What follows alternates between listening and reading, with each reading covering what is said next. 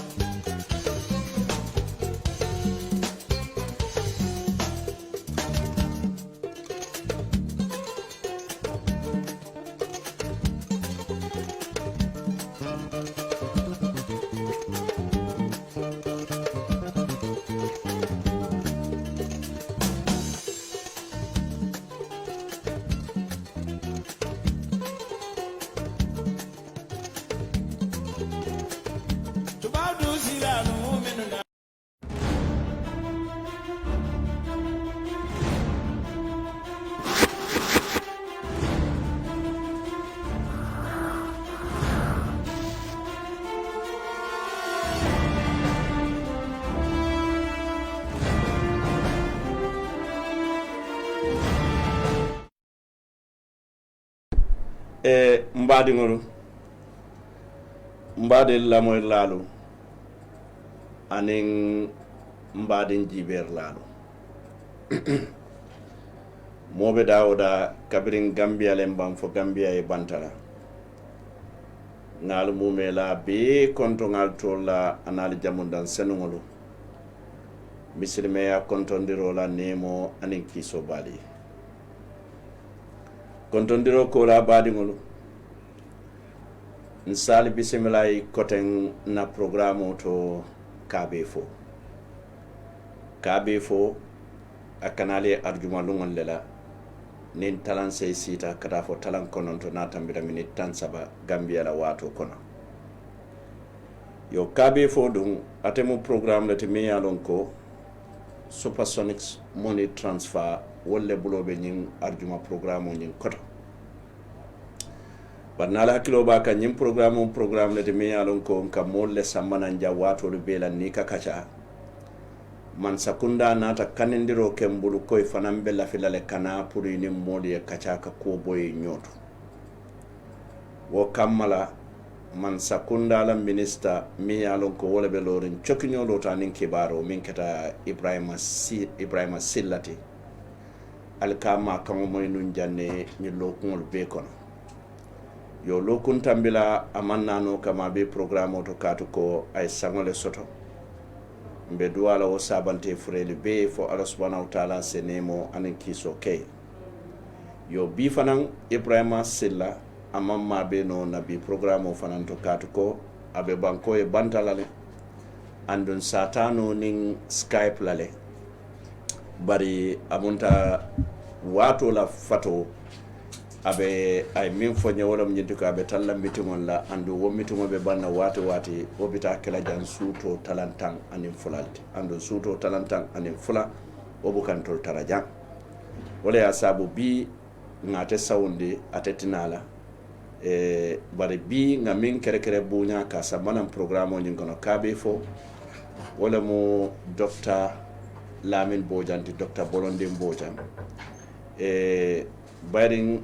dalilo mi ya sabu nga sambana nyin kabe fo bari bolondin na fo jamale ba kunto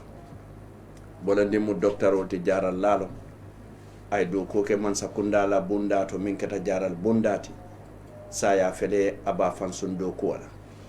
bara man ke jaral la damati amu politicien do fananti bayring nga kalamuta 1996 sankono ani janni ba fula 1996 olam 1992 jawarala election labaw Dr. Bolondi ye parti soto janne mi yalon ko ayelo jawara fe yo yaya jamme fanan nata Dr. Bolondi dunta political kono bari anata finti fo ngaje 2016 Dr. Bolondi apiyata koten political kono dami yalon ko aketa National Convention Party ila leadati flag bearer so kabirin tombondiro keta Adama Barola Dr. Bolonding nata fo atebe fonyola NCP le o keta fonyo nyati aya nyati ling ala do kuolola wala be kuma yala ba ke bayrin bi kibaro lu findita kibaro lu mi yatandi ko mi yalon ko wole keta coalition 2016 na chia mano tinu chia woman e ka fo mi Fatoumata Jallow Tambajang Fatoumata e kibaro du banke ko itolo coalition 2016 nyaton ko lu be itata president Barrow yale na sita andun ye minke wolom nyindi ko tumala min na reformol be kerin falindirol be kerin a mantariya nyawonya bari be kerin ne Fatoumata Tambajang nyim foko president Barrow sa itolo coalition nyaton ko lu sontale kabula eta fo sanji lulu po dani ba fula 2021 so abe kumala le nga Dr. Sambana mbayda temu kachali keta bungo min kona tebe nun jele sartol keta dama tebe nun jele kato ko nyato ko lo mi yalon ko ala hame ko keta midde wala mu ka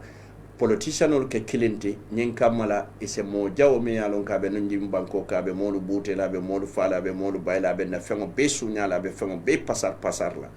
fonse o bondino banko kan andu Dr. wata ka nyinne fo nde sawo mumenti wolom be nga kafu nyokan kabirin be kafuta nyokan nga jele academy chodi wole yaya jamme bondi wala wakama drone supersonic money transfer ninga lafta kodi kiyo la Gambia wala ka account o yele banku be Gambia wala ka yele supersonic fangola dinkiral nyinto wala na lafta top up le kila kata fo cash power top up ika bekele andung itolla ko soniata baring Apple lebe bulu se sotono la mobile to Android or iOS device bari se sotono computer fananto le website to dami alon ko man sula kata bank wala kata tolla dulato ibe Europe dawda America ibe lola jele yela mobile ta tak ñaayele ni ñaabiti bari tolu mu supersonic leti e ba jela ko ila kodo e futa nyanta futa la damin america dula jama bi janin canada e ka kodo kiya betole ando wol fanan ka kodo kino wod lalto de kata banku dolto africa kan including gambia so wala ya sabu tolle bulobe nyum programme ko to walla badingolu e tolu hani ni kodo kini yala e dula jama bi je ni kodo nin kini jela dimanche lungo e buka kodo so to ko banku nyol ka soran but supersonic money transfer itol hani dimanche lungo e ka yellele kabirin talan sey fo talan nani so wala mbe tentula mbe jayira kala kilo bulande fanan bi kabe fo ntelen pamudu boja ntele be siri ngale tabulo nyati ngona jang mimbe kerin television onto aning home digital fm su radio 99.9 bidung na programo be kala menti wala mu coalition 2016 in perspective wala mbe dunna to coalition 2016 wala kono kajibe wala sain te fengo fenkela focal mumel data kala bismillah na nyem programme to bar jande be luntamba dun la minketa dr bolondinti sain te fengo fenkela don fon sitan nin supersonic la kankular sutungolo nim bota je doron isaje ko ngadunne programme ko no bayri bi fanan nte mela jang ala baraka ba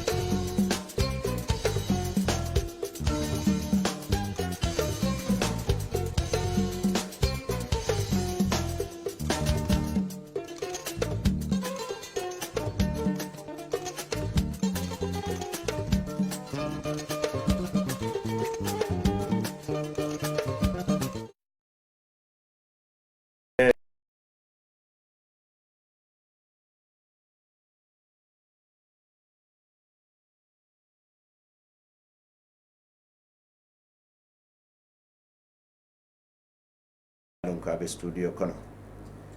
bari altol minin fana yalon ko albe lamoyro la ñaato sinin altol ba diyamo kammoy lale bari min yalon ko wolle ɓe jiiɓe rola woɗi tine fulale soto bari ka jeero ke kamure ka lamoyro fan e kamoyro fananke folo ɓe min kela doron kala kilo bulandi ntelon pamodu Bojang docteur Bolondin Bojang docteur Lamin Bojang jama baya lon Bolondin ne labarato famon Lamin nati mba fole ko assalamu alaikum ne bismillah min be kere na studio folo docteur Bojang bayrin dindin jama fele min yalon kon safo wol mu 1994 up to 2000 wol sai menta bari jama ba talo na bari ngatari ko domondin fojanne ko emo doctorol te bari mo politicien to fana sai nga follow jumale fa mo bolondit ya bolondin deto Muhammad Lamin Bojang na de bari mama ma fu whatever is it malon le bolondin to ran bolondin so kabring ke wara ke doctorate la fa mo ga fa ñu docteur Lamin Bojang bari mo ga fa ñu bolondin so lum clean si da ngambira am konti dum minati mo ga fa ñu bolondin fa go ni ko ñu bolondin wa kan kan fa lan ko bari kan fa ha adun de ngalan ko mama la ngin toran ade ko fo en la fa dallo so me na la because ni ko bolon say non do ba janin dunya wule mul nya fan de jani mul nya fan sa re ka tal bolon la bala ise yoso ise la fongo ku ise nyemuta ise fe nyama so so ngola nan de mamma to no ba ta onna fa long de bina men ka ay chodiro rek ay chodiro rek amengi gutuna to wala bari bolon ni mo la ngini ngasa ni ngini ganto nga fa ndem bolon nga fa ndem do la mo ay to nyala bo de bari ni nata jibe bolon ko ise jiyo soto ay na fa soto ise nye soto yo kayra jamale biji an gambe fam bolon yo abra gamin la gambe bolon kambi bolon wala bismillah ni nata ajibe ay ko bolon andu nata ke bolon lati wala mun bari ni nata ajibe ibe tundo min to je kumata bake mum jara loti because dunia to nyam kadua simaya la ba simaya min nin jata kende ya manta wato do la fana ko ya ta ko ya babake bolondi tata karambo njumal to ya folo bu kam primary school le to jam boligi ndara crava school kabrin exam ta commandant ta to min ta fa pass le soro ndara crava school wota din yalon ton kabin ndara crava lon because my environment kono jambir kama wato mankala na famo ni bolo kala monto eta football o eta ko ngol do so ba gela ko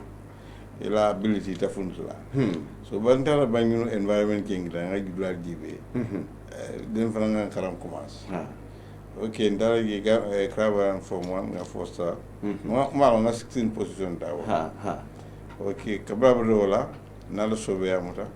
ngatu fosta do so second year en dol mol do danton to mo e ko ngata Gambia school so Gambia school mi yalan ko de non doing very well when back to Krabal so on teboro mo kono so kabindara Krabal school 1966 to 1968 he recommend kata Gambia school so dara Gambia school o fanata yen se mo from 3B okay from 3B and first stage all the times so 40 year from 4 you won from 3B yes about from 4A so from there and that all now for and A level ta 1974 I succeeded at Cairo University Egypt to study medicine similar so biri bota woto munekete la doku foloti nata mulata talu ma sakunda do kola ado ke je for a while I'm not satisfied nata woje because ngaje ko until after me na mawol je okay follow ndara mba Egypt ro men na retro safe jang fofuru silano e ka men house man sil wala ni kala dafa bande ngende training min kala ndenga ko ni na Africa bango kan wala so na because you are exposed to the African condition even I mean ya fa bina wala jara so kama ngo right hatib nyal right at that time was the director of medical health so also fa ni you are welcome so nothing so I do ke for mo fo ni ya ngaji mo ko for so I wrote to Nigeria for pre-enter housemanship law. Luckily, when you are invited for your interview, so I flight time from a job. The family are job. Then yes, I'm a Akure, Ondo State. So after 9 months, you get a certificate now. National Nangambia. But Nangaji could have it not Nangambia. You couldn't tell without permission. That's true. You could it totally Mansara. So because of that, the punishment long time. They have to undergo housemanship training in the Gambia again. After I will kill Nigeria. Yeah, start. So go okay. So in the motor center, na batch me soul, you all register as medical officers. So I work under them without any animosity. Because the priority in Kumara, you know your subject matter, and then with that you can help your society. So I did very well. So I accepted that condition. Mawo mutakuri. Ngake for your register. To be a register. Gambia condition of the lopsano kona manyabo. Maybe we need a change in political system. Well, and the political. So you become a natural enemy to government. Bismillah. Lafa nala jefam because ni nata jibe imu doctorate andung doctor o memuti fara master back mo beke la doko fo dol sa fo fang bolonding akajara roke din fanna bele wato dolo naya lon ko ila nyen sasa tuba boro de anafabe do yala ka mo fim boro le foye ya sabu molu nyati lintela bake togo but all of a sudden nata je ko 1992 sa Dawda Kairaba Jawara Benunjam and what tembola to nyalon corruption of sembo wara batale but what tembo fana mo jamade Jawara kanu nyim bankoka but nata je ko ite nata ibota berikamale imu berikama de molti mo lansario ilote ko be Jawara challenge la wokulu laftale wol demanding fo nyemu bata kulle soto je walle ni da hale fana soto je dunya la ko aka ko yere te e kan timi ngeden ding Abukran no comme Nadino man amam fenke bak amang Nadino man bambang amam bamba Nadino ni bante ya ndi faram bol nyamale nominal muslim okay meta mo kalungeli ngabu koje Quranic translation so na intersul ya ngasa ngakarang ko runyara yante ndi be di bolo ko no makala so I became interested in God left alone who is this God and left alone from minimum Quran what take a big karang to our Quran but covering our karang bandi first time I interested more so I read it for the second time I repeat Quran for the third time I read I just go our Quran coming for Toya I didn't tell me Kavon told me Muslim multi Nadaji could jump from your back Al-Quran la foka coming from okay not around Quran for you for ko ate afon ka Quran karde amal la fay falling ko mi minabla wala ko ya je ko nyin mulla daji ko kulmo kama isa yele mandino so ne ja ka karde mo kinkin le minu male bari le ba understand cause mo Quran understand e kalon ko arabi yele killing ikalon ka benyo ya wata bayla ikala ko alkambi yele ikala ko ala be konti bola ini la tan la dron isel ta dron alfanan kala ka ko tandila so ka ku tando ko no wala ndinde politiko na politiko mana ta bag so nte fama to abu kala na lu mi so na ni wala ka ya because psychological and medical terminology e kamera ko yafi psychiatric problem ni politiko ni ba ala kumu fala wol mo le tumi ala ko mo fil bantelo okay ka to ngalon I was listening to radio BBC one time the best geneticists in America he believe in God de nga may BBC bangi ni kala jona sula ni kay ko ala bi jela ko ala bi kay ko musa aloma kay musa aloma e ndefon surprise ko sa en tibabu le wolon so ko sun dol mo fum dol mo ta muslim ya ko okay na inte so tan islam ri ngalon ko essentially dino kamin fo mol ma understand man ki muslimol da mate ni metale kabrin ko kum flo because ala min dan ta kitabu ala qur'an ko ala bi jeni killing mo mawlu amamo yalla la yabatu killing kana misal ñu miray saka fo tere bala ñim so ya ala fa ko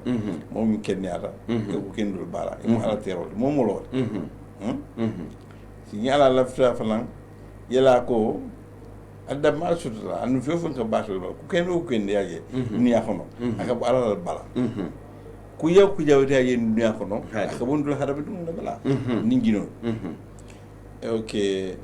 so sai wo lon ko sai ndule mbata woto yinka buntul fon la bala mfango lan aka on fon fa ndo do ko ala be mo jibe ay tora ay mo modda te argan da ay wadam tanya han iblis ha on ya jibe argan ol da iblis ay because akum folo jinolom de bala ni mala ko lekata wadam tanya mala ko dum kata fa fra sam fata woro e ka dawol ala famba sam fara senyal ko ala kum fay kuno bo bari mol ni yeji mune mo jangi ngin kay ta fol mo lu ko sam fara woro mala da fa ngol ha bar sey njama fa ati famba da mi ngo bo mu jël ko fa do gaje so sai okay na science karan nata lamoy mul fa na min ka islam explain mo li nala ka wan laddo moy ako yumal kiyam na sita hada man no falasi kebja ako jinu lekol mu ni jinu lekol mu malay ko na ru fana jinu be mu ni ru fana be mu tumbo ako na mu wol fana mu aba fala lu mu fulo ngam yala malla ajel amna bok ma question fola okay do fana moy wo ko ni santanto lolo min biye ako wol cher banque kesot ma fana nga moy bar malla wa fana okay bar sa inata ya to ko lan ngala to ko okay nata mbab ko kala nata fengo story ni the lifespan of the earth okay scientists wona la foko dunia kono femum flo funta je ate mini tumbolati ako 90 million years ago sanji million tankonon ako tumbo o metan million tankonon kala bla bi sa okay ite dunia ni sa te me ke bis yelle je sa wo sa be siata ata fa no ta ko ay buga manno biso e ke yelle je biso do mba biso do mala bari buga ma fo do biso gajere so we are to yandiko akamin fo tumbol shalla fum be voilà okay yimbam ke so fana o meta o mamede 19 mbay BBC la moy ka e scientist in Australia ay telescope da ay centre bita kabraje akate lolo minje dunia be bada niya be kenyo bi ya ka funyo ko lolo sero lolo le siata so we ngata ni ko an be wara ko ñen be alquran ko ngaji be ko to ñaatu ya ba sa en ko say illo lolo ñami alon akal lolo da force olba level follow okay ata bi ka son sitan wol ni fon tambe ni level follow bi gala fala so e ba gela ko woda malas waro nga calculate ma estimate because need dunia jibe the speed of light to the amount voilà molka ni ba BBC idi amre te ka moy jam we takes 1/7 of a second ka wona England kanaja tariata so new like kimuta ay kaita the nearest star akara dul 4 years amon futa no sa ngo spacely wala lolo min sotia ntola sanji nana borka mantalo okay ko sai ni mbatiti sai andu ni lolo jire wol sata banke so ko to sai aka ko yar ba amna ni samfara folo aya da ate adale fofuru ni sitanol minni ba ala ko go sitano manke ko malo atele allon kata mital tade wala mutana allon abalanta bak Allah kala fanan danne kala mon kamina balanta na man do anata mun na ala danne akala fanan ikala batu ya ka bulu ya ko aka danne man ke semel ba afana yolo min bi yolo nyindi ko jealousy le sitano muta kabring ala bemba adama da ayi la nga potoma na wata mila la procès o man kanya abuga nura ka abra kula de ko ni temul baba dalla ala wala na to nyari wala na to ni kan yalla wala mbatan corruption in kuria be ni abe mun ko dama ngo sai ni arko kamin fu ni ka to yalla fu ala ni non kula banno so I have more interest in the Quran so I became more pious more ni la dino la alkala ka ko tandi la wala mutwana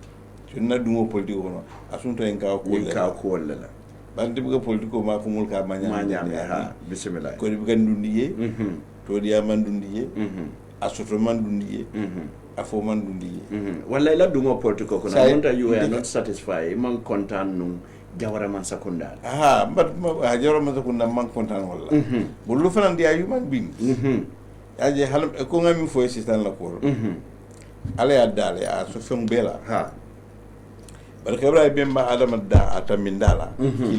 kiliana atafanna mi sego keto ya bon ka foko ala bon la ka foko wala ala sama duma ja tul hadam dum tul la bansala okay o kilia sitam do ro ba ko wala ba what difference le bande ba to ba alon ko ala bi yela alla fanan ka batle anda ko ni na bula be se sembitala fo intala sa no afo na man ka ala sembo okay so ala tul da mbunya hala mi no bar malon fambe ala la fena dunya ja fufuru ka ala bato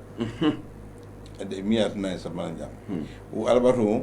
amanki salo da mati ani de ani anki salo doron den salo kala kule kan wolon daji ko minti mata salo kala wala kan namal lawo kan ron man nafa salo ko kana faso man nafa so sa en ka salo min fotendi ni mun na jamu to ni je bal ni kondo la itul ba fala salo ba salo kala min kan ibu ko fo mi mu daji wolon daji ko ti minti mata wulaji ko biga timmano foyla alala yabatu ni malla alala wulaji ko biga timma gonde adam famal wala mtonya watu mina mallala ani watu mina lala ko alabiye ya difference je adam fanso wala mtonya ni yaje ndinga parita ngalo to ya was dissatisfied with the system but alay atanna ko yinde joro fanna wato bantale ala wato bantale anu fali hadi anu ngafa na balun bi aba fala nya fa docteur ya fonya ala suga la bam nga ke la kabri ngaje ngai ko la bi ya ko yenda dara ya ngai jawra fala ngai de basire ko sanni mo ni ko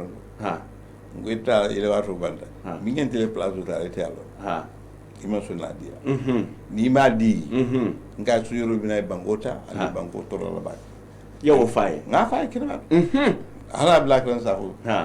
ngal ngatu nyal fay ante wuya fay mune kera la reaction oti video fay kam fa baba tan kam fa da funda ate jawara ay bayla ma bire kay la wato badda ne ma sama dia niko sako niko state house ka state house ni ba because ate kamera ko yin delu do potira ni kala plateau ni bar wonte atarete ka ko li yow so nyaadi le ila ta ala ni mala ala ka wala mtonyata o ka yin ka ko tan na nduna ji bal ngalam ko ate waro badda do fa ngeen da plateau ta okay bare wotte mboto ikaye inyanta dila minna ni ma diala ani hay lo mo bari to fa wala tamol pole fa wodi mambo ani ga mon ko amon ko because wo mkulol okay bismillah ala ka ko do wala mteja nay man sa da fa banda anu min folo kalon lay kollo ndesa na bol je jina muslimo lo be so sinalo na bi to le woli finance nalo ha na bol je ordinary people salo bar ko be kala al dul mol be kalo ko be ko ala so na man traceable no ditay lo no ditata nyul lo no an min fay wala keta wala ket an te makala ndega on difa ngalo ngol na muslimi amante mi yen nuna ko ko ko ngal ko je silo kan asa ya sa na kala na la ko nyin kam min folo wala to nyaati Allahu so nunda poldi on den okay bare oldo cool man timma hada be ndiki jo kala do hada be dum timma la no bismillah hada be no kala la timma no ngalo ko jaro man timma nyami do fara man la timma nyama do fara man la but in safo no 1992 wato lota election la bare ni nata e Gambia la carte fay nyaaji momo kela mole fasa yo wo wato yamra berikama isulata minna no yewo soto no berikama kono hana bajaje maso yes because unga moltra temo minto wato mol ba NCP ni PPP le ulba ñoo fadi yalla je kelola ul fanka politiko ke ni mandal le soto dan ko don karbe ndemo do nga butale nga jelala ka jele ñola ka o ku ndaw wol je okay baru man politiko fa on la san ida malo ko yalla be fulo balle be ñotel la because man fa xamuro le soto dunya fa man na wala dunya nata wadi sudi ko ke dunya kono so be yalla ngenta talaje ko lon kala ala so ka batu alin ke balu itarola alin ka nyoma ko e barako soto ke balu itarola bismillah ya anin fana ka no son do soto ka fuko politician olo ke ma ko le to fa moy baraka fo politiko mo wala te ba misal fe kamo ma ko ya baraka han tulla gambe politiko to wo mo ba de politiko ma ko min ka place ngini mol bulu wol mukru mballa wolti because ko kuma kendo foye kuma dima foye kulbe mani to le kodo so ni yo place to e kanyina ko man ko la kanyina ha yo so faring la everything e kanyina wo wala ndo fan politiko ko lefre wole bo wala ni mala fo faram bo kal bar manji ginde bar de la jiko ila ngandi yo moment pour woye bo manji ginde so gonde ngam fon da asaf la mo ga kibe because waso wo Allah ma wala bal tinga ni mira ko den do hadama dum min sawo ke bismillah nata re fanan mbewje yemin fo jawara aye baya kam fata amam me fam because 92 nin 94 man jam ya coup d'etat kabire jawara coup d'etat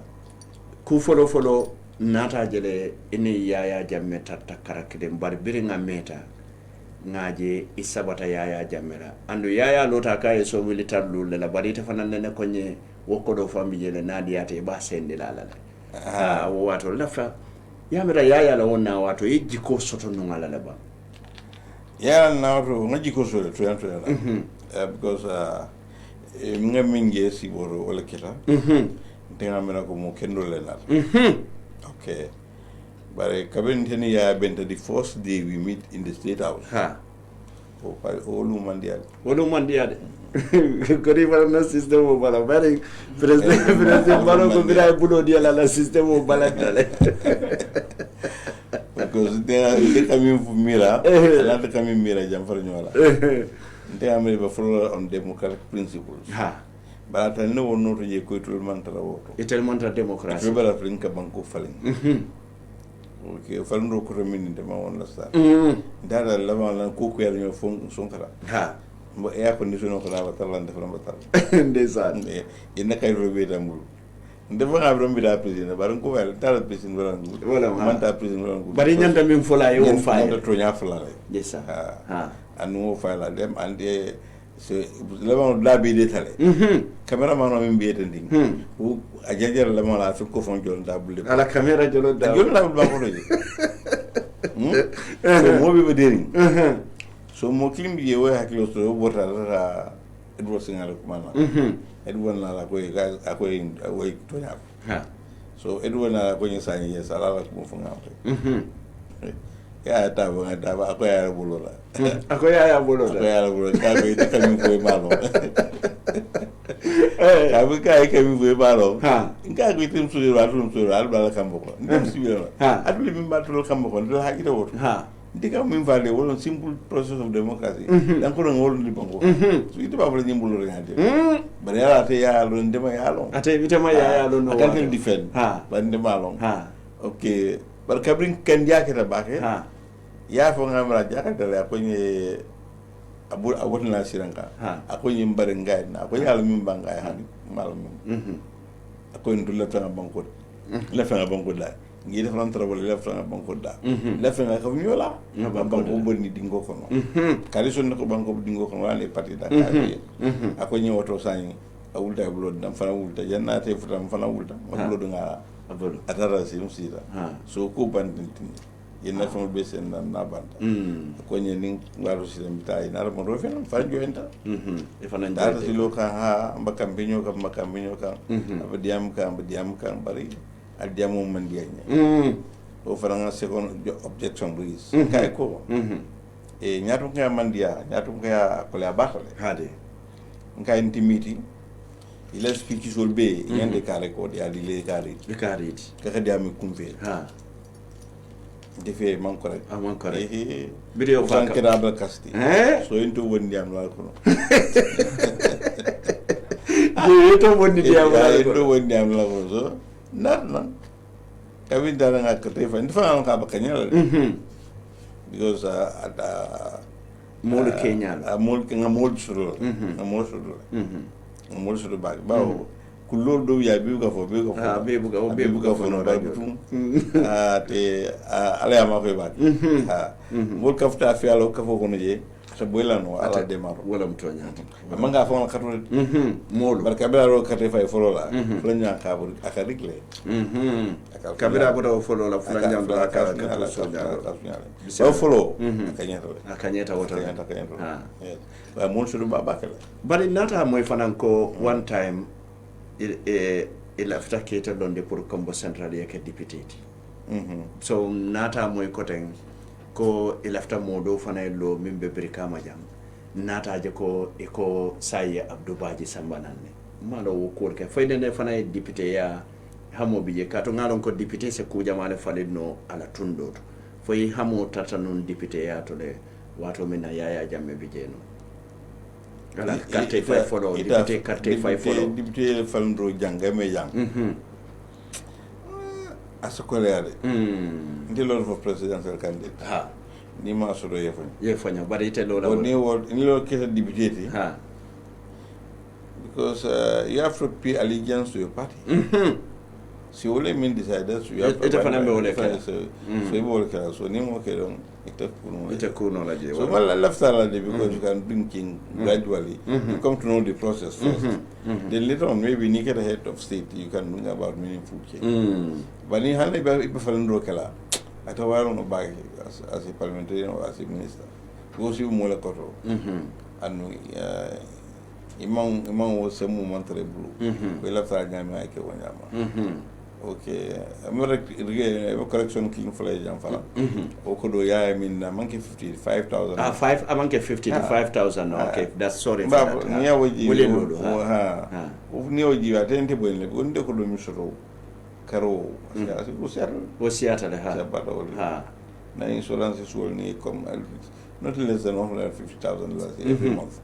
onde mo be bulaje dara ya no ha so am den ko mi lose wala si abata wala si ata te gaminde momi wili keme wil tandul tu ya tata wil ndi bara ka kankula ha mo wa ngala man kuma wala ko do fon jowdum yalla mun na sedo ati yande kabir ya ko na silo kan ko mba kay ko job nga jab say ni ko la ni kam brave ake brave ni sen ni ya ibe fala jodu mel boy job koy kana sen ko kana sen ay to nyala fu ak indi fala ndi la yadu haje okay nga ko bira ko is very mo nyamita nyamya advice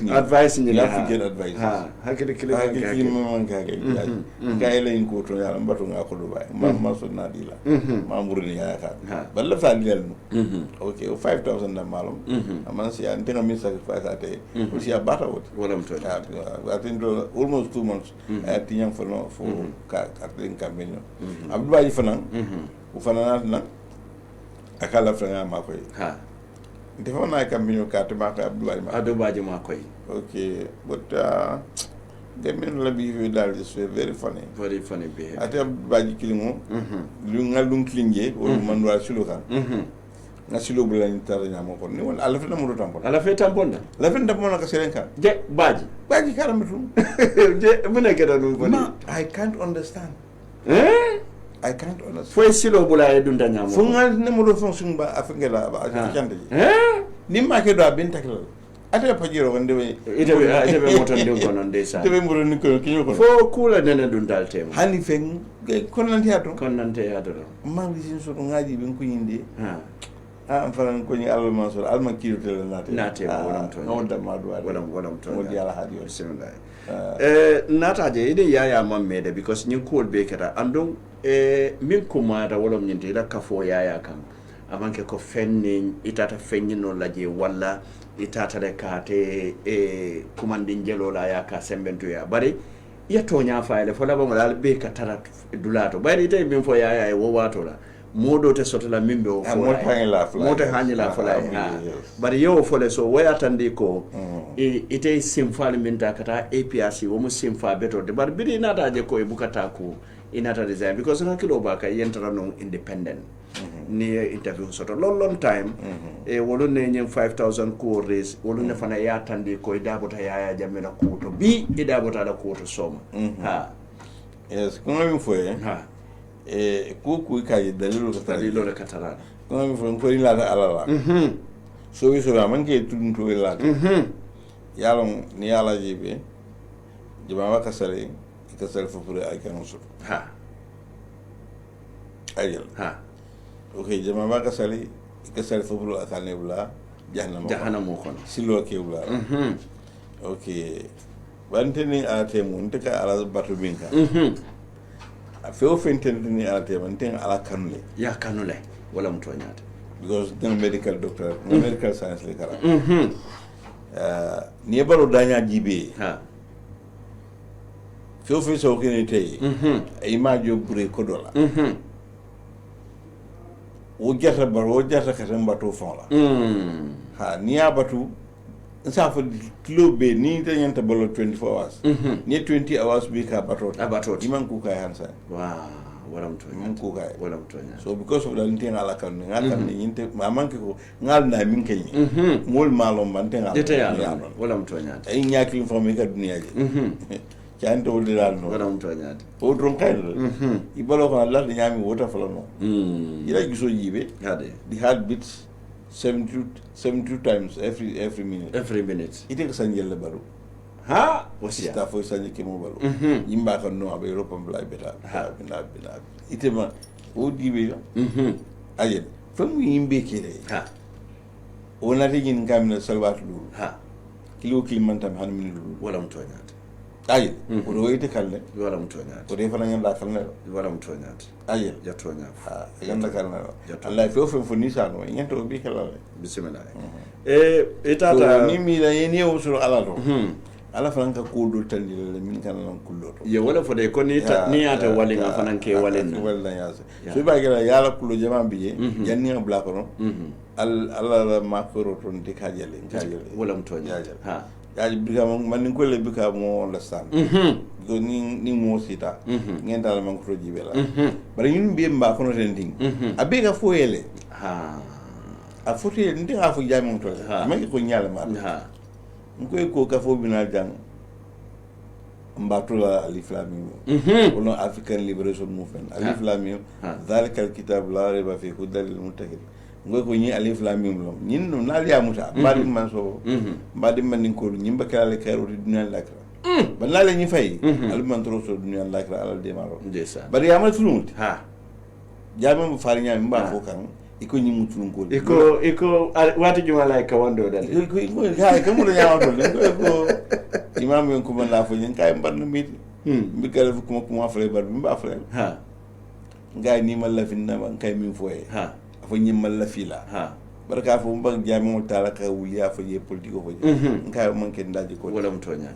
kay ni ko bawo a ko sare bu ko ya wol mi karot ko kala moy bani na funda ngas ke masi wol aran defam kamara kabra yin fanya ha gos amini gerte wala ale min te am medical science legal yes nte man fendi ye min ko wara nte nyakoto ala ni ala jibe because atifu nga afro kan ko na bi dunya keta la ha yalla ngoy ko banque sol siata lolo sel banque sol ha wo bank ni sam fatawro lo be alka be nyaf le abula bul babul ko ama fa na dunya keta fa ha dunya yitu mol mbe fa ka 90 millions kana lo sane ay be nya fa mara bulo ko na ma fa ay kuma fa ma fa jamalo man so bi mo bu kadam desa Allahu man so min se wono jama iko ni jongla mi le ko mi se won ko mi se ko kele yalon kila Muhammad sallallahu alaihi wasallam ko ni ko mole janna fa akum man tulu kanan ke ko annabi Isa la mole min kala ha because Muhammad sallallahu alaihi wasallam ala ama ala lombara atu sujada ka afifino yeda bandi wala na yakumbo janna fa sai mol bolo ke ha ini ala safa ko Muhammad ngo gadul kamis wal malo awara baratle wala mtonya man so min say no ando kalam tan 90 million years mita wotu mu fulul min kelta dalilu mi kelendi min ko ita min kan jenna fa kito ko abul be kidin lale indo mi yinke na kunna indo fana ba kunna le ane be yelmande ko to nge be na ndesa ni kilim biga dun ala bulmi o nyoto so man so min bo nya me se woni nya la jongla ba so ni boy si bondi se woni mo le diam ko hane ikije bi fam ikije fam bi ke fara wala mtonya ikije bi ke fara bi ke dew bi ke jamin so le ajel so mol ni ngi aussi bo la te nyaato o de ngenda ftan le ñom ba di muslimo la min data ko lakal ala so ko mul man dino on le sanyami melom de wala mtonya abin dino fulo kana bla bila hade mission na sanni bi because ala waya fala ko ita kar wala mtonya nti alam kilnet ha alimbatu kana fi student kana misal fenna ayel ita hani na jomi fonda ita alundu tebul misal ni sa misal no ita no la ita wala mtonya o do mi tan ni la si boto ni muslimo la afoy ñu muslimo la ale bulan na fa ni e bang ibulaje bismillah wala tin lo to jamoro ndiam e bang ya bulaje bara findita ya jemi farandi sempre ñu so jere am ko yalla ntle bu yendel ha ok so yeru dul kana je wato na ma ko ma son lu keten ha nganyo dem ha akonye mbali ngon kay ko na akonye ko mital na ke ba nga fa e ke minister ay ke minister ha ngay moro ngay fa wala kala wato ha nga yala wato bantam mo yalla na ba nga minge si boro yalla si bo mo ka mo jama to wala ndem ga fa wala mtonya ko ni dem si bo fo ga nga me ni manken de drimano ok nga ndi nga minge si boro inna wato bantale nyim parliament mi yalo na ile do mi se ko kala kana parliament yele kana ile parliament ha nyim parliament ko mi lo nga am ñu na ile adi aita na sa kero ha ngai se funo ba ko sa funo ko na nta fulo no ayo ako yimba fulo solo boja malu nyadi lani mal ka fa nyadi solo baji lo sol baji ako ngin sa funo wele so ani wora ka dala no la ida fa nyen ga ga ja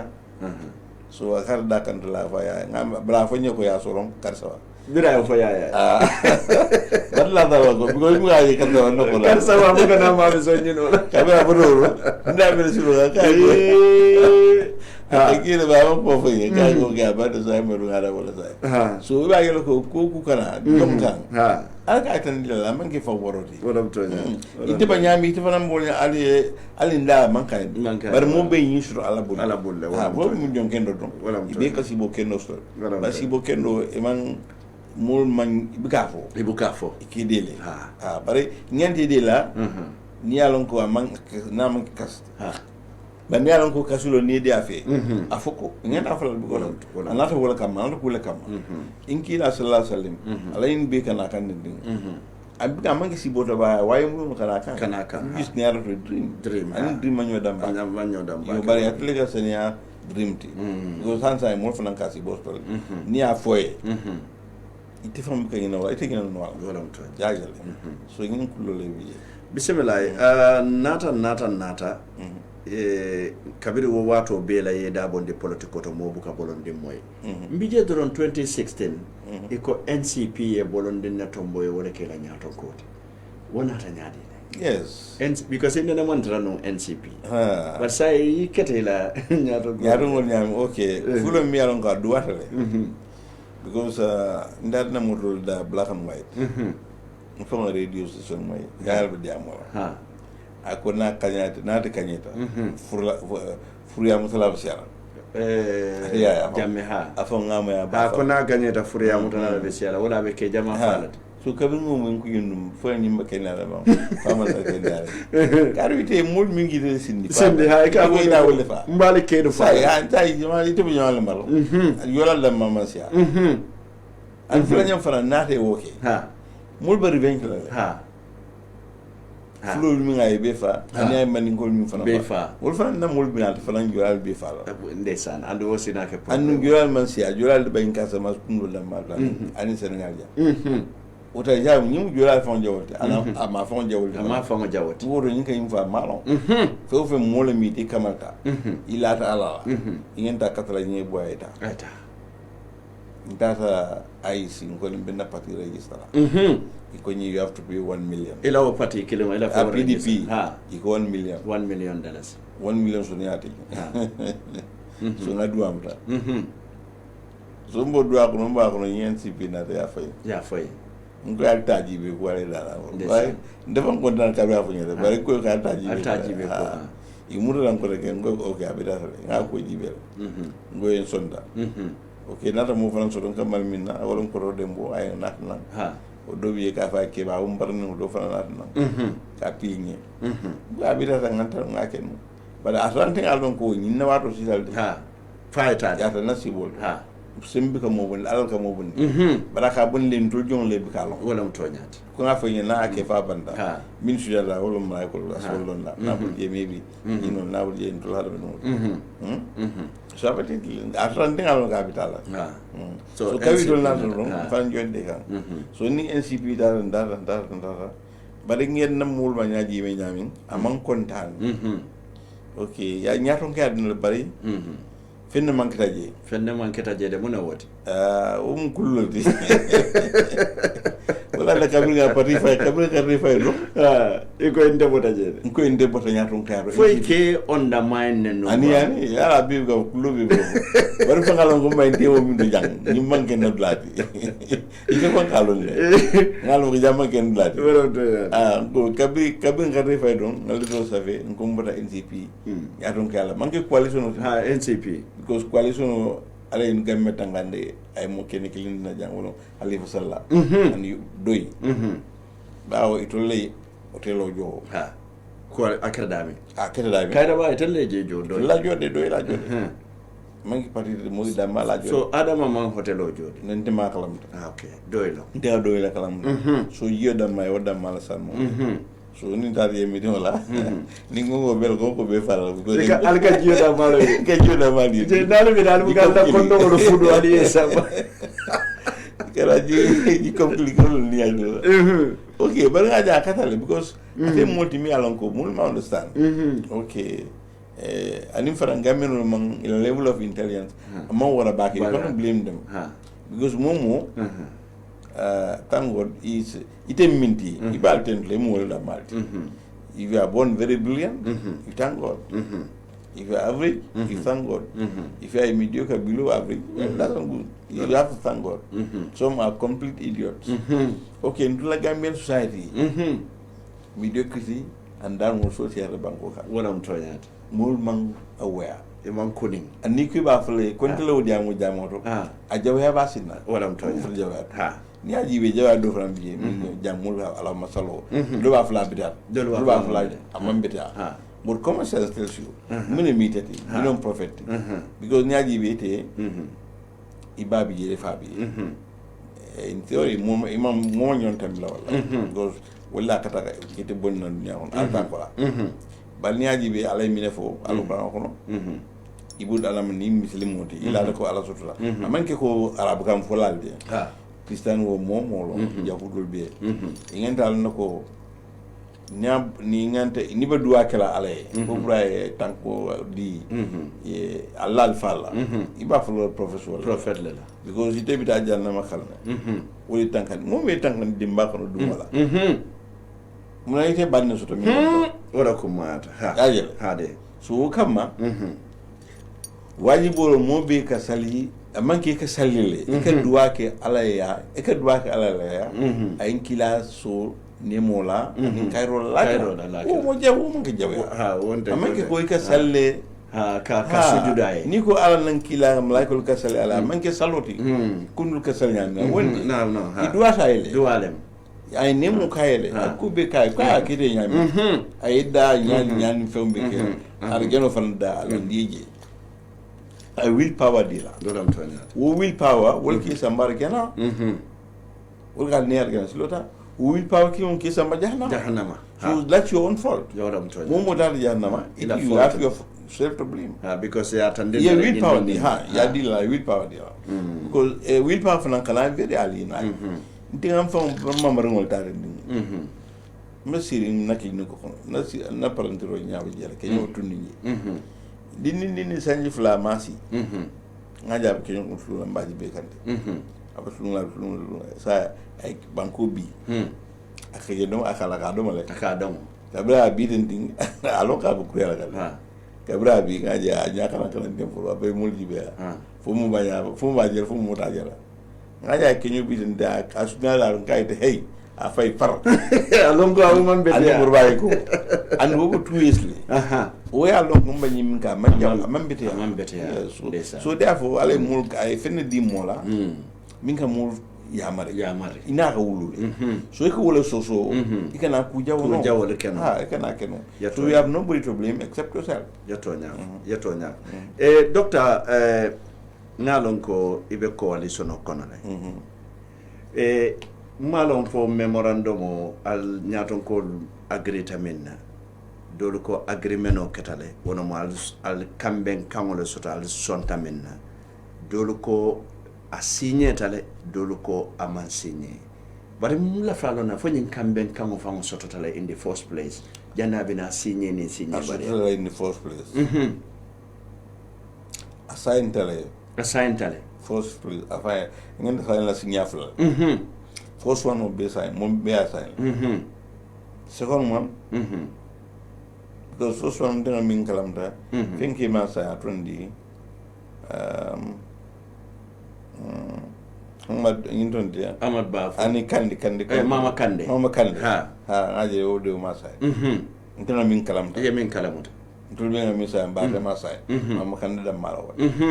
with a sign. Okay. Second one defa ma wo sign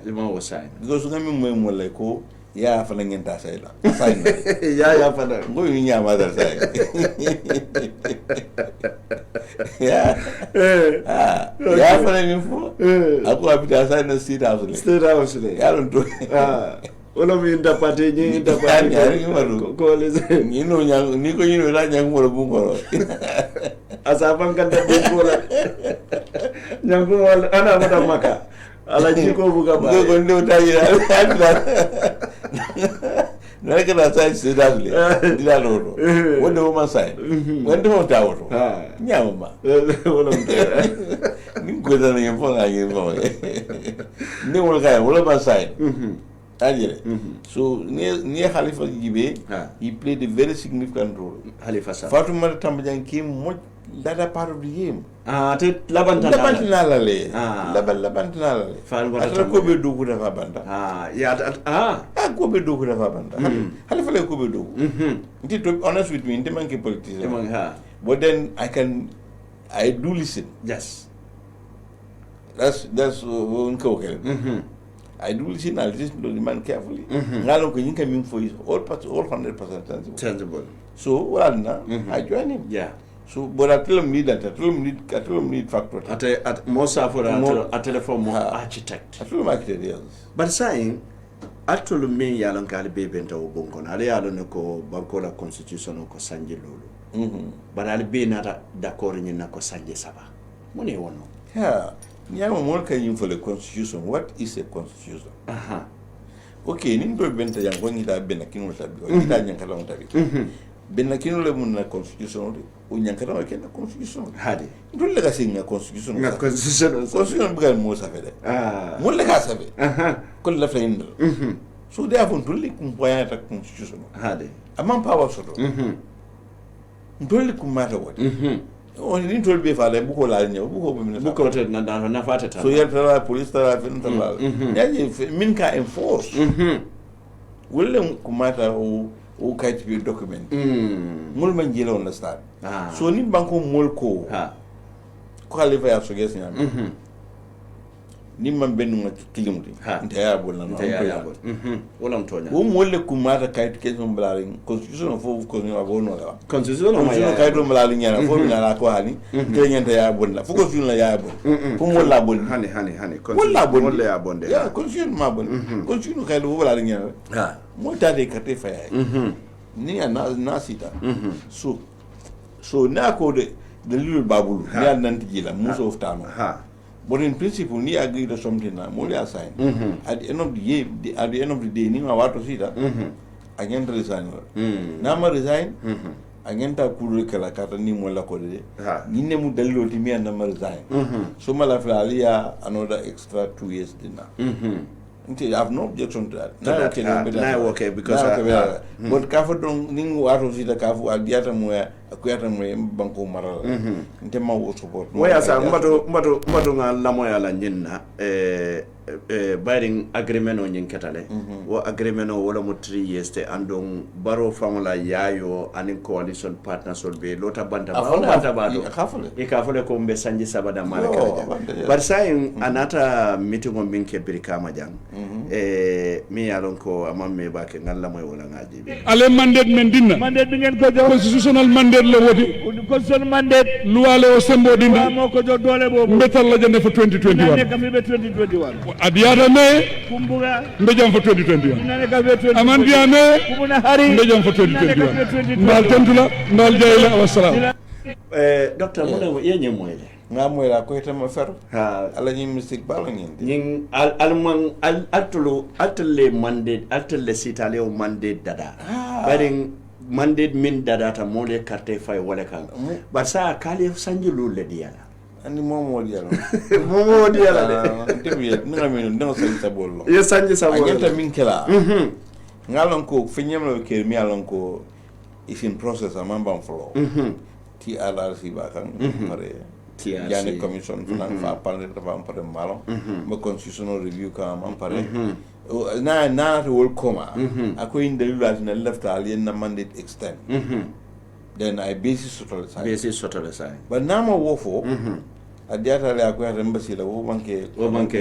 ko dan mi so ndede am not against ala CEO because inte ma interest to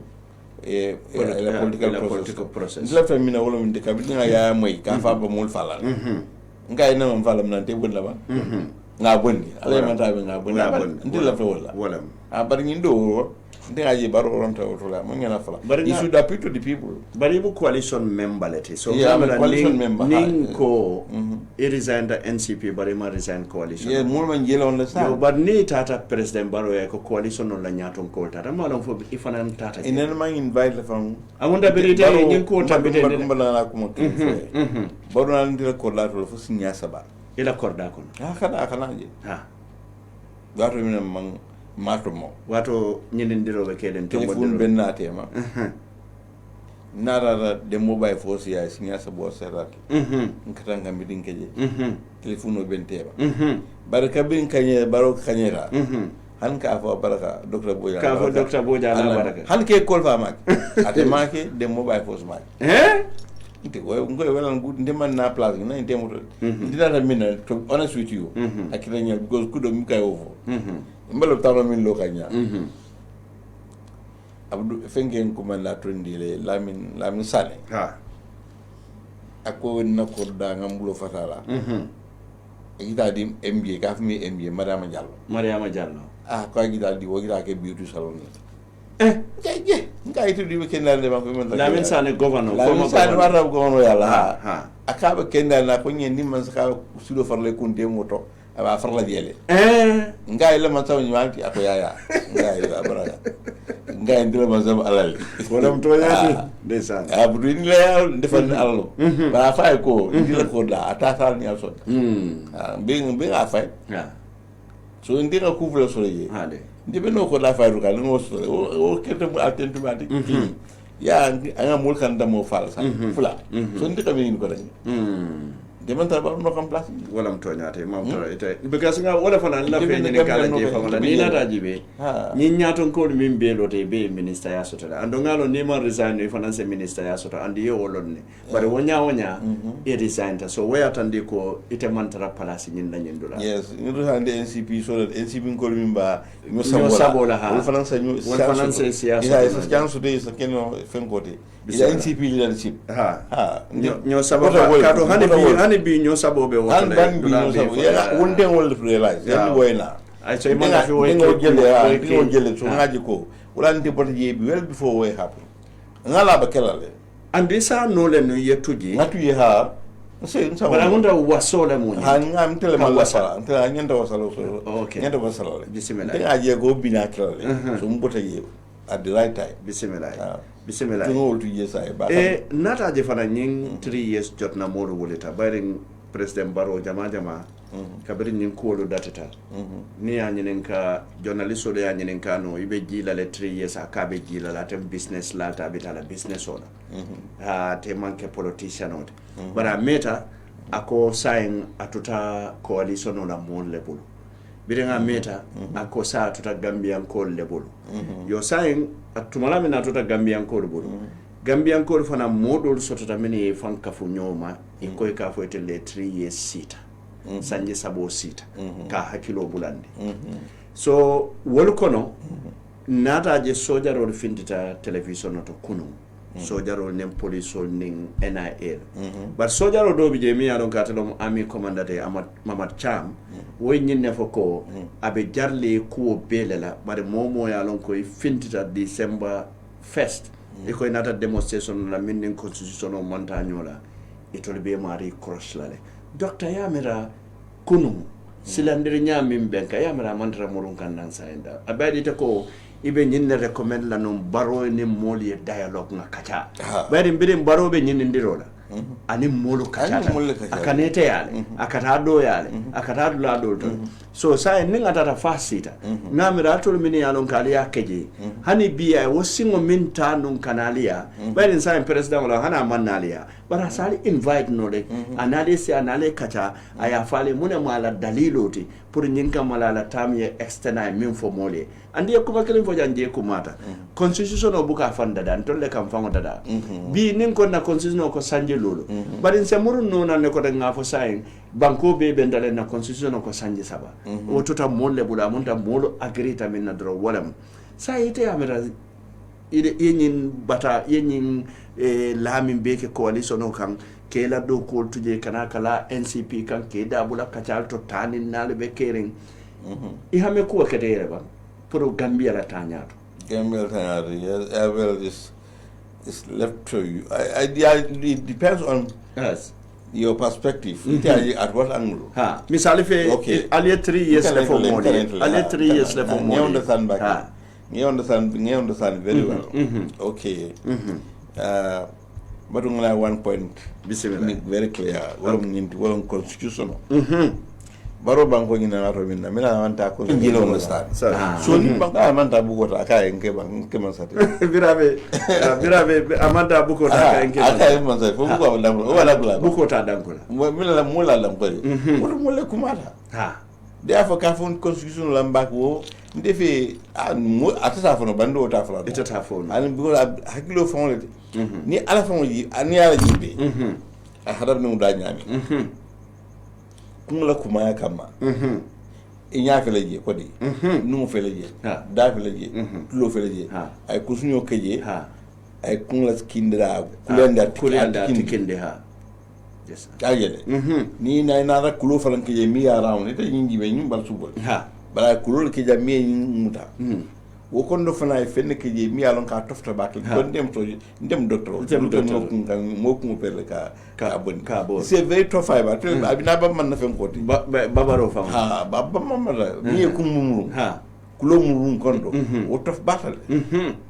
na bu yara minigi so keje wolle man bamba na bu ja kun kenkeje aya be dala protection ke bala fala min ka ni sejen ayel so fe you have to go rationally ajele hakinta yalla min di fang kanyum fuy dala as a head of state kudo bi safuno kudo bi tafano but it all depends on your level of intelligence and ikram min ke fa ajele okay so therefore constitution o ko mo jenken kala mo ko lo woti ko constitution lankeje o ta fala no adama dingole keje ajele anu alam nu yekeje dalil kama eni min fo na sa to sita o timmandi itlo hadama non kumandi coalition members wol wolle kumata beti ko nyamo hadama ngulu nyaaton ko le biye wollum kumoti coalition mu kumle wolle kumata multi follow because wolle sita nyin walk out ba bangoto dul fo basi dul bo buyam dul be kiyang dul be kiti wol mo nyo kalamta mina tine wolle nyo kalamta kumle biye wala mtonya ala faran ay ko da wala nyama wala na kun kuma yandi ay yin fenkol be ka bala nyantul be ka bala ayel hade so atafana nyante wala nale ka fu ko akarande le mankara wo kumante ni sir do yimire fama do ngal nako ngata muna back to the people of the coalition mine coalition of da okay ani ka number 1 number 2 ay bango fana mul ka candi ayel stepwise awak la kala wala de ni wole mande diala ko ngai si mo mbala ala siola je bawo ntol fum bewte na kama furu ya ta ko nga fa ndan dalo fa number 1 naata si ntela wol loptala ba la su ko wala mtonya ko madam la ni ko be diam ni ko man sako silo e bokkunde kay bokkunde mo ni gudde mo bararu ya jere wajja fa ngata atala mo fala te mi fa daro ka ba kala kanu molo mi anko akum fulo kabintel data tv to adna wato fam ko son tv ji lunki ki abu ya television da jibi na ataya na la fu aka fo ka mo ngen la lon la ako mo ya slow cross mi ala la no cross da ako me fala ay beru 6 feet deep ako han ala fango ako fa ala fango wa jahannam so ate ya fa mbaji be ate fanga ya la jahannam so ko bari masi bo ketal desan ngontul ni wo dum mbadu ngam fuñu fo la ko ka bu ngay jibe ngoni ala akije de bari ni ala ni keje dalilo min kam man fran ngalon because en nakeba ko lo njawrati ka bi nga barante ka place o di anyanta min kala ka nyama sayin ala jubu na ta gamino kam ma punishment nata so yow na de sita so nyinade wonu nyala nyinati yaru ladi wala to moy jam fa nyina fa moy jam fala ko ye place o ndre ento fala ka ke ministre bara ngari yek ni very polite way wala to anata nka ko wel ba to kanade akara mo la ñu lolu ñu kendul be fu ngabe fu airport ni ko bala démocratie ko man di gis la wala gënal so ko ñu ko yité la den to sor mag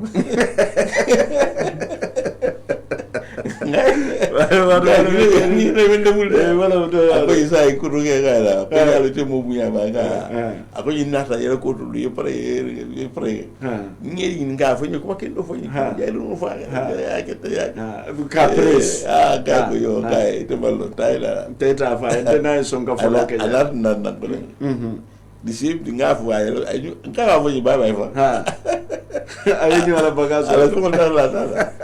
a jole so don dafla eni habari abol nyama bismillah okay sai mina bari radio do ko fana mu wato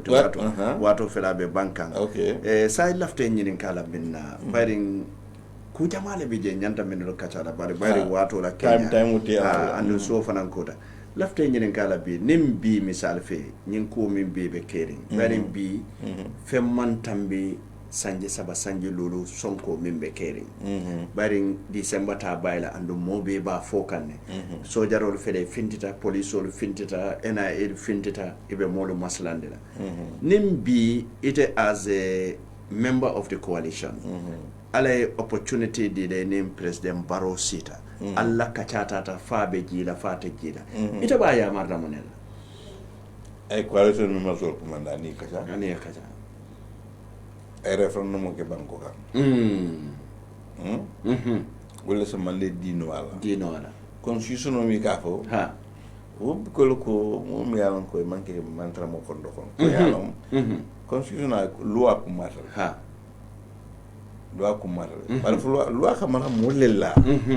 so mo le ko mata mo loi ti loi ko maya ha wolo ni loi da fa banda sa loi ko mata sa ha ba ni ma loi da ya loi ti je ko yo mo le ko fo loi fon da fo ha so mo le ko mata o loi ti ibe ko mata bari la priority ba ñoom yaatale so ke ndi lafta mum back to the constitution mini constitution da mini ya coalition da ani wol fo le kacha then secondly I move back to the people I come nganya ya la mandate excel bari because ngalon ko do buñal fa nambe kera min ko mata ko nga fay ñami ni constitutional review committee bi Guidance Commission bi TRRC security sector security fanam bi fanam anu ni bagi la nin ku kete jang abala wana ya momalo finno ka flo da man dindi ada so jenna mo wala bala wana ya so finna ko momo yonta mo kenno buka sara finna ko to ha gulan to bulan to bi nga coalition da wala mtonya malla fi ya la fitino ha la ya lo fala nyindo fala malla fala ni mole min fu more right people are right you can have 3 years yodna yeah they are right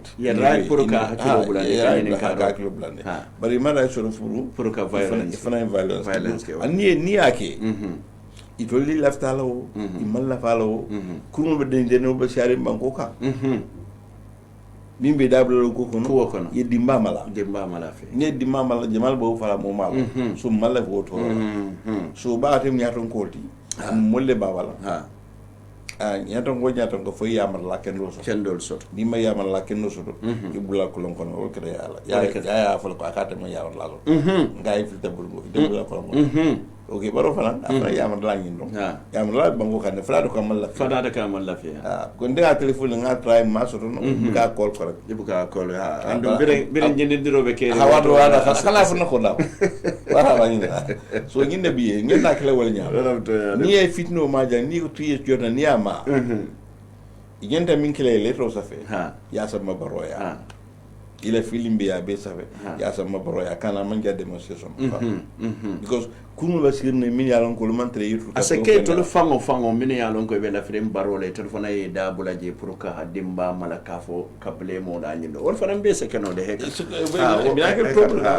fanam be se keno de so min geta min beta la wol ni lafta kala kato kafu do fe la lote ko 5 years iko ka fo bu wallet min don ko 3 years so abuta there will be a clash wala so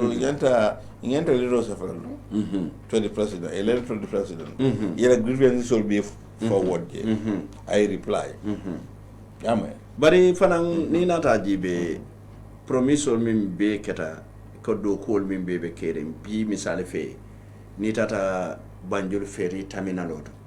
ferry yo fango buka bori no because of ferry yo nyanta costela daben ate woto kununga jele yaya ka do tabini aka sida tra telefono chika central bank kodol kana bi nyindon fana nata jele ko nyemman sakunda kono modu ka ports authority commande ka foy ko lafitale yata police station lo manka mankunda mi yalon ka be kanya na almost 3 million bari poroto ferio minka modu samba minka poro balundi pour kodo soto je mimbe o station non o ferio kaloda men at amantra betiare yo nina rajibe security sector reform to nyalon ya foka be caring bari nga EU la representative moyani mo kota mon min yalon korsilalo iko is not visible because wo ko kilongolo wala betama kan ni tata police station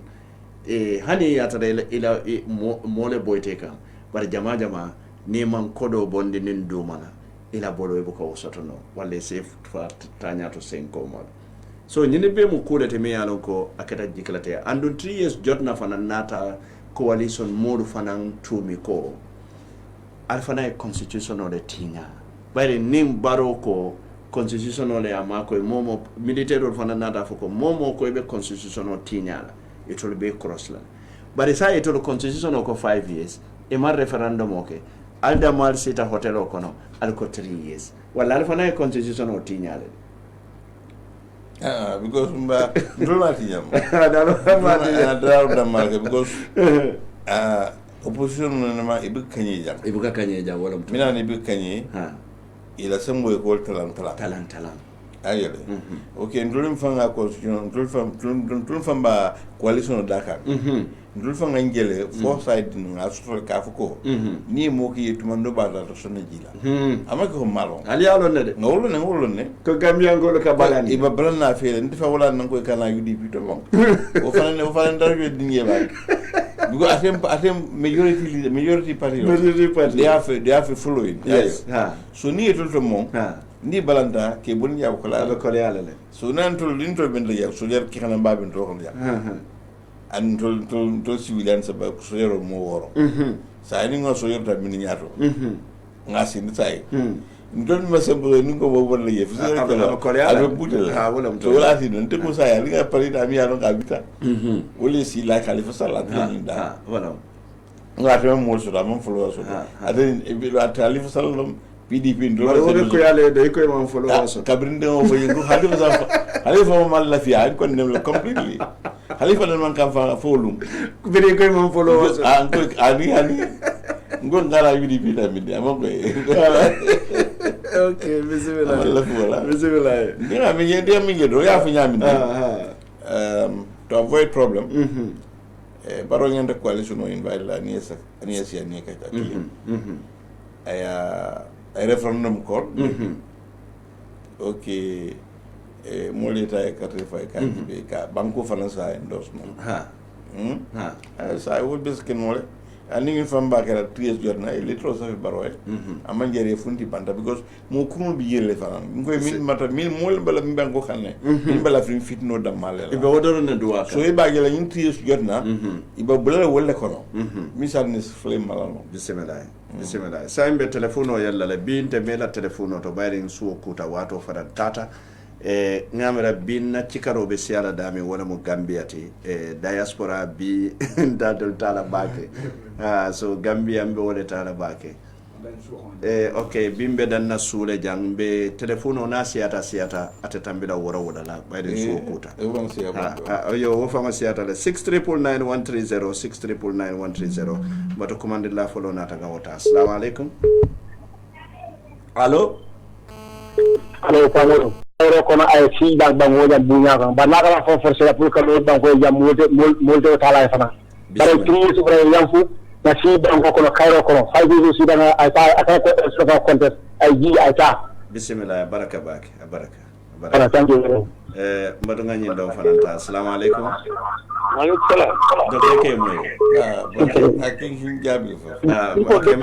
mina di le da ina radio tala do wonde mbade radio tala wala ya dube ha ito di mado ito do mitan jamme bismillah be docteur ko do bi ko dan bak alhamdulillah rabbil alamin nam wolem kabla lo da ay sudo plala ya jane stanon ko wala muto nyate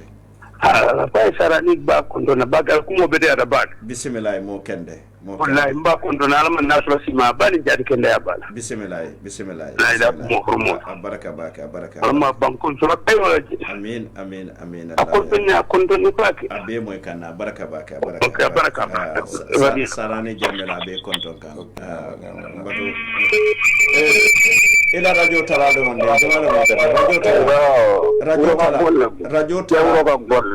radio tala jumala kilemu ya fala yo todi mado ki awro kan kollam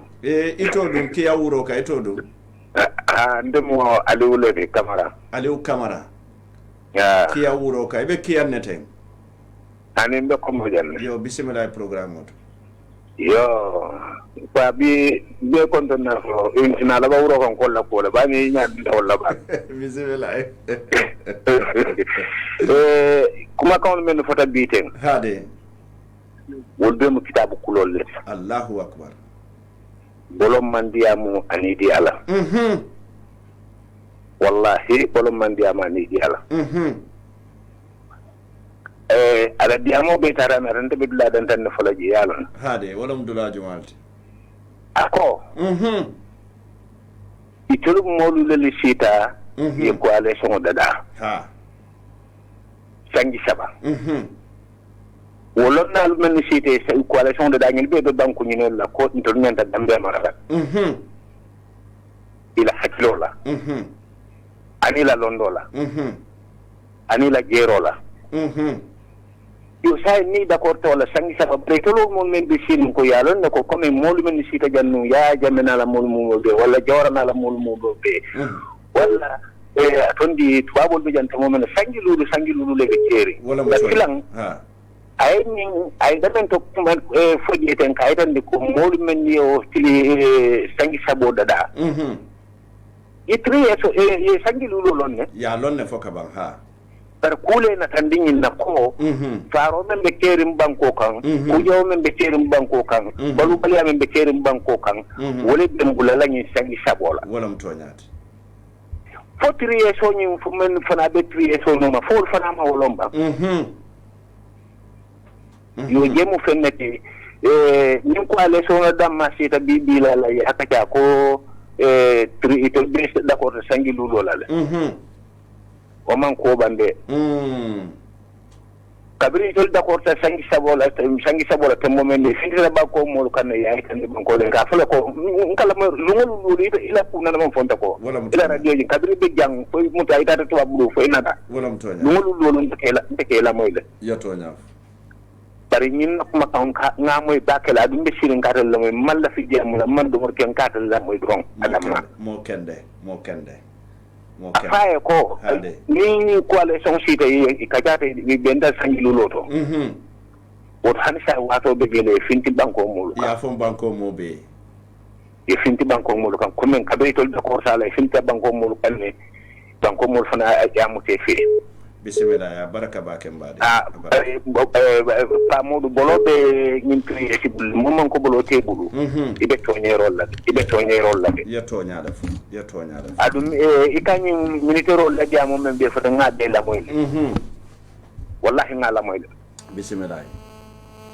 foye ko ade ye so mo ni sita ye findi banko mo kon ko mi ya folo ke bara nyame ya ko nyame ya moy bismillah baraka almala la pala so yirwa baraka yi hamen na kayro la ji almala okay baraka ba ke mo kende baraka assalamu alaikum maaleykum salaam mamadou to di madu bi ndele école ita juma ena kuro de mo la sista je kuro de mo mama bismillah tawo de be kontan na ke mo kende eta mo kendo ko manje kana ni dal bi fane mo kendo le ko mandi alhamdulillah rabbil alamin ala kacanga di illa mo biera mo manana so afindi na manana amanna folo ndesan ha konton manana folo be konton na baake mba tentula mba jayla bi fanela na kakafo nyam bolo ma fra fo 5 years old fana min ko 5 years so fana luwa soto ban pour adama baro ici fo 5 years ma min fana ko 5 years kan den min nyeten ena ka te fay bari birim ma fayna na fay 5 years ayte ya fayte biri lota katte fay dulay ko 5 years ko 5 years tan ko le ko banko la luwa be ko le do wala ko mo nga fay 5 years 5 years la bismillah ka to gambie dal ta wala dama dan dan 3 years ka te fay wala butonyaat dama na ko ken na banko ka sa ni na da wali fan sun luwa ta ya lo le ko 3 years ni mo be man kaja ka tibi be kaja la ndo ya la mantre ka da wala butonyaat dama ma be kaja la saya no ko don ni da tarra kankin kan da tarra wala mutoya na da diri da kacalan be ba ani banko mo be da sitan ya ko kacalan dole ta sama wala mutoya bari ni banko mo be man si itor mo dan ne da si yelan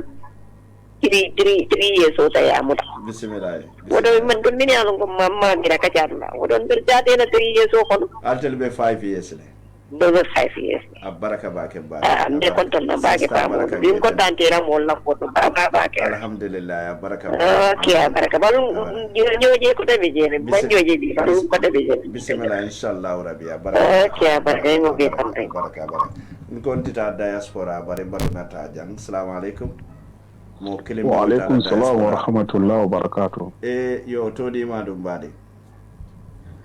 ila kewlem mamo jabe alaji mamo bismillah programme akata famande mo to bar hakkilo be je wala mo toñata alhamdulillah rabbil alamin be gambia be kontorna pirin katon fo koyna alhamdulillah nim banko la alfa men be jemba kontonna wala mo toñata alhamdulillah anim banko la alfa to mal be folo mbe menyita la Gambia non la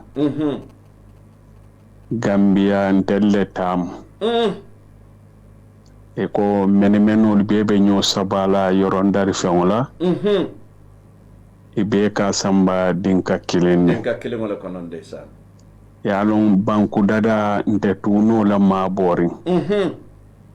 fonga findi ka kumo nyita molla menga moy yabula noma ni memma moy falan isatu je kadun alala alqur'ano konate fanka hadama dundi kumanda ka fo ya yuhannas barakana moli fatam fansile je meni sontate alamay ka bara kendola woto komi nene men foko ma hani sayin mbena muruda wo kum kan koteke bismillah stay house mune be jeten mente korda dol kono min be je mente korda dol kono jede million fula karkilin domoro le be jede wote korda jama kono de katu mengan jakal kwali suno ke men fo meni be sita kunna wolle luwalon katambinde ken kunna bula mutonyate sanji sabo ni manke wo sanji sabo la kono fo nyanta bere fayo kelale bari sanji saba kam momenti men tambita nyaato wala nyanta kapala so nim bula wala mutonyate sanji fulo membe tulaje silan atuta sayin jumale be wo kontinendi la kaban wo sanji fulo kono sayi teli bebe murula le katela dala di siti ko yata kuma Gambia no li wotu mo nyela kumola moy wo sanji fulo kono sanji lulo ni nasi ta sila menna kumo sim bondino ngana bero na banko ta ka karafa woma adama na atare asinnanin kuma kan moy hade e kane fammu fenna jiyo bente koynola ndeysaan akama sando fole bari malon fo mo la ka faye bari dolbe je wo kotto ka abolon ne domande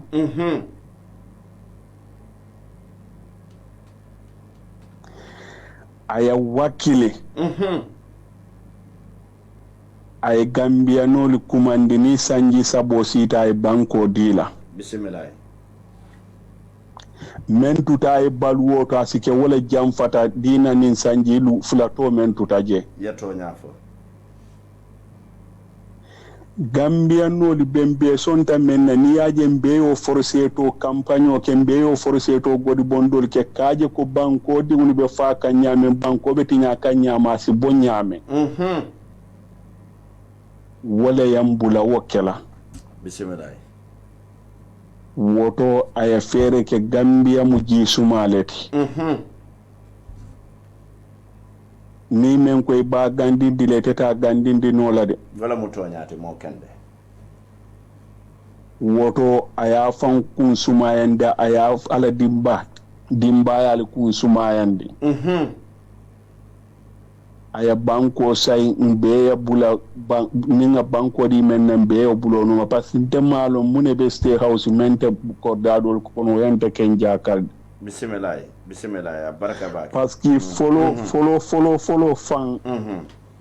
nte men jem be ka nyo domale nin ta stay house fo ni malo te tabino le stay house banka na ko wali talaba be ka balu nyamen be ya lonne nin tata jengan na ko tala ko min kaaje kon tel belle bulo men to nganna ko samba wo nyama wala mutoñaati parce que min wuro men bebe baro no ma ngafo ko man to sando ngafa en ko ni ya bulo bure bala siyol be bulale no malede wala mutoñaati yeto ñaaf baro fongole ya kenni coco ba no baten nun coco te bola noma baraka bake almamo baraka bake saybe last call ale tala doron nse moro nam bolondin kanga programme kum fa ambe ka woni wato kono assalamu alaikum okay photo wala okay ngata ta last call assalamu alaikum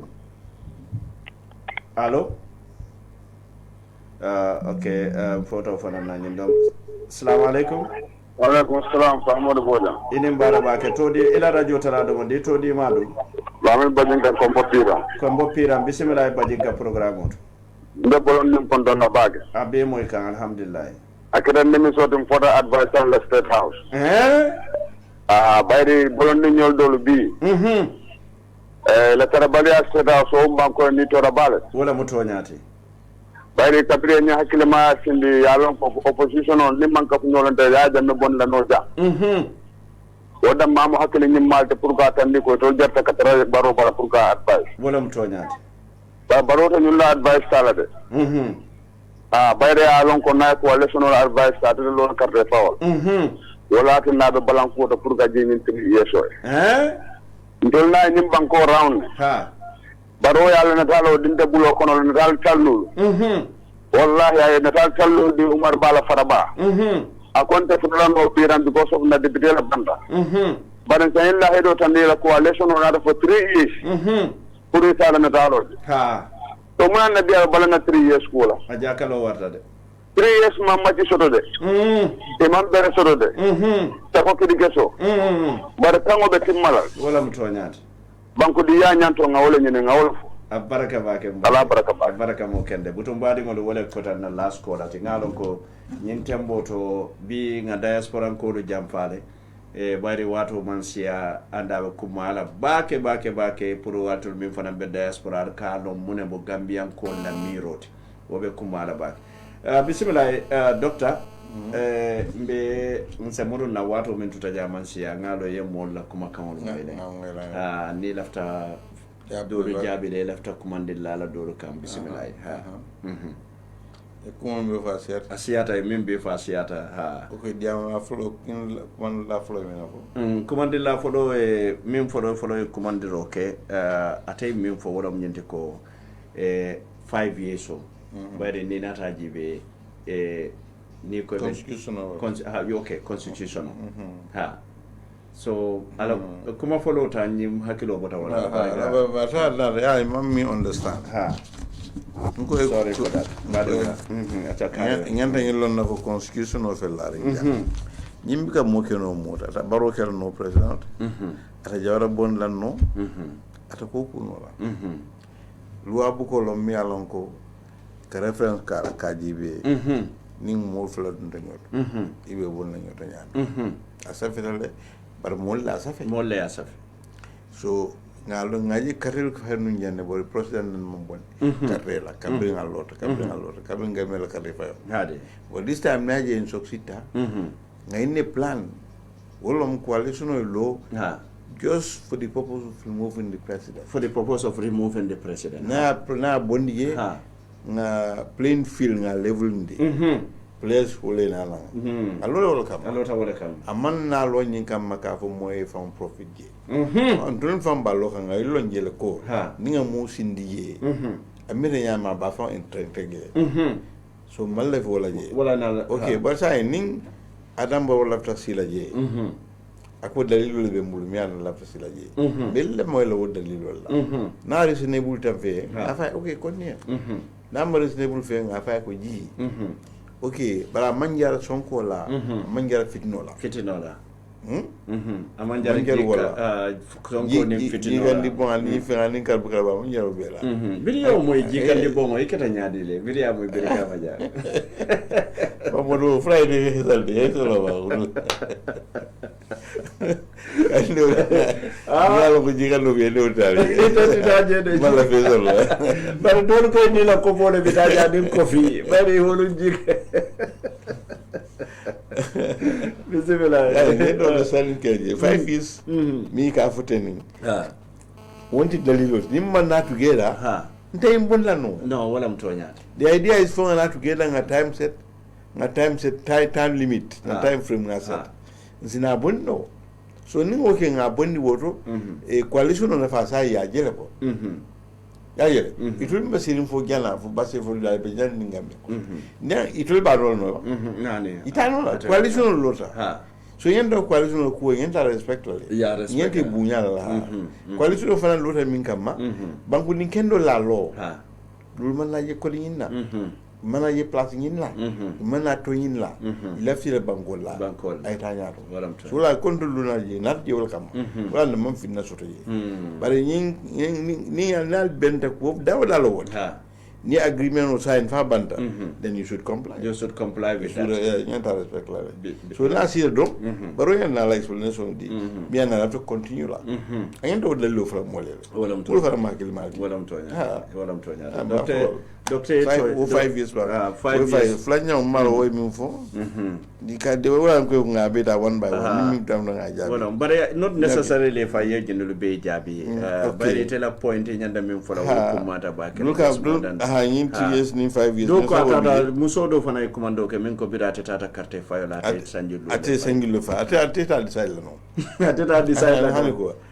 ate le coalition decision fa ban wala mtonya so ate mfengol don e ka nya kido koma kido judo sama so ata to follow muy sida ni mira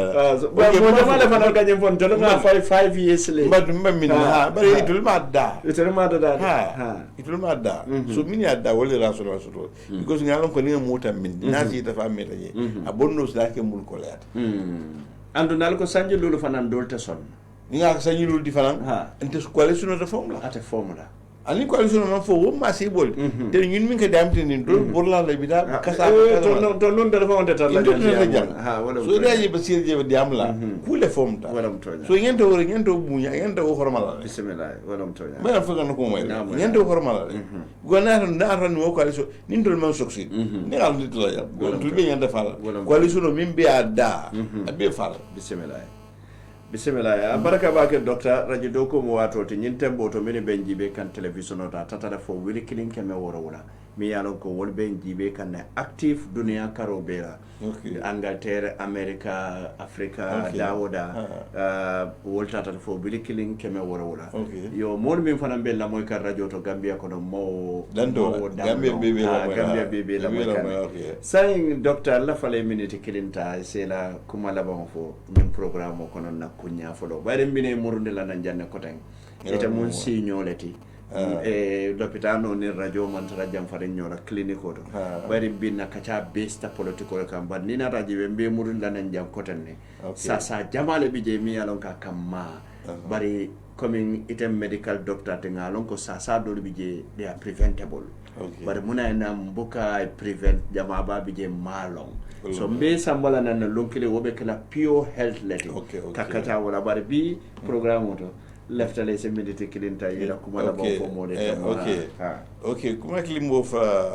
Adam Barrow the seat of presidency amanke chan fenti man sa siram manke chan fenti momo biye falolom ni solom hadam dingolom junior solom koymalom mo finnom foya buña because manka kala koti ika sidle buña sirama nyi ha mel tarnu nyekunu bar bi woti ye so mo seri fongi buña an banku din bele ko siran kanda ko sujeru ka kanta nyami wala mtonyati kantra manko kirke so bebul hani ye kirke so bolu mbulu ya di la fo pour nim banku na tan pour invite ha o yente ki kan le wol kan le wol ha bari citizens will call fight to al ka fo le autoimmune disease ni e fon kele ike fon fa itolla do ko mende nim mo yo kan basa ni to fon na ni fi ni to blo ni mo mo se bala ko kiti bumul bi yele wala ento fon wala militaire la do ko wala do ko wonde do kuti wala mtonya yeda bondi politiko do yel do kundi aye yo so adam baro mtule ngata mini ngasini babbi kabri ngasini na semol diala mi alon ka warta ate sem warite sem warante ko ya fa ngira mi nim masalafta am silo fa silo wala kudde wo ya defal na masalbiela wala alat ajel ni mol korra ibe noli ala bala ngenta ngami fa is reasonable ngi sit mi ngi ke you are powerful today mote ko bilano okay afana kana pa abuse abokel nyaadile abafun la coalition mulkan ni ka cha na bu rolto nganda back to the people lo fana coalition of fana and the best out from the people and that we go back to the people a referendum ke that the only one that's also always a mandate no I continue but I'm not right that from what I'm trying power based bismillah baraka bake dr ngetanto hansa ndo mbadi ngol jandimbe programme kum fala nyimu kalkularo te me yalon ko ngasuto jang an Marie Basic Cycle School mine yalon ko bade brikama nin kiti tema wala safo be kiti wala ko bata dila wulula bela ko grade 1 class clean soto ila jele me yalon ko wala fa wala fengo fe yalon ko dindingo be bula nyanta tala primary 1 wala grade 1 ise fero ke ya Marie Samba fo jannim place dula nyimbe fala ya fako deadline o de pour registration o be kala October karo tidi tang anil lulo la 2019 nin talanna ni sita wale ko fengo fe ya don ko nyentem boto yesu la ko soto je dinno be buli da faka min samba Anne Marie Basic Cycle e mari se commande telefono la 2000140 wala 796445 ya fako ning information o ba dira wulula le bela e nyentem boto fana mol min ya don ko grade 7 grade 6 and grade 5 ya tande ko place ndingol bijele fana won fana manfa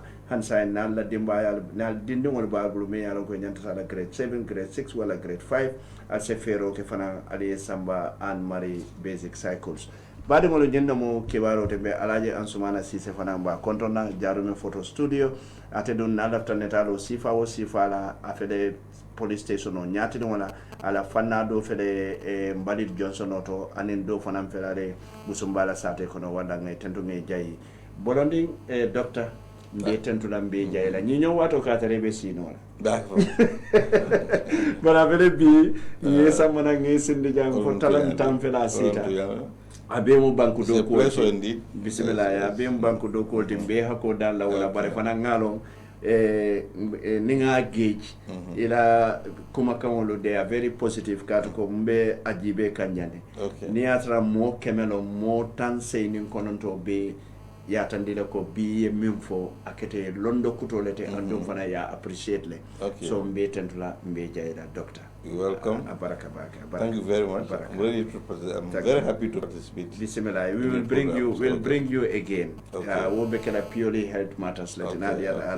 Isaje se mo kono to dia. Baring mo jama bije mi yalon ko comme ngafo nyamin sa sale bije le mi yalon se fangol tankande no janna be fotalela bare tumando bije malo ba nini docteur Keba kachata tumando bije woya maro be kala kuti mi yalon ka se mon nafa wala badi ngol ngal tentu ngal jay lamoy dalu jibe lalu mobe dawoda bare tentro bumba be wodi la minna wala mo Allah subhanahu wa ta'ala tumala na programme o nyinga datani bismillahir rahmanir rahim lala afere futata da kum fatla to alhamdulillah rabbil alamin be man so tentu lamba jay lamba warandela tara kilo bulande bide supersonics money transfer wala bulobe na nyim programme ko to kabe fo arjuma lunga e Lamin Bojang wala muta ko mimbe kerin television to Sheikh Umar Fofana wala be nye su radio to 99.9 nte kundi ngo Pamoudou Bojang televisione microphone to anin television o nyati wala bi naluntan wala keta Dr. Lamin Bojang ti Mohamed Lamin Bojang bari jama baya lo men wala Bolonde Bojang bi clinic wala mbe mod be tentula mbe mod be jayila fo wati ko ten ala baraka bak. Thank you.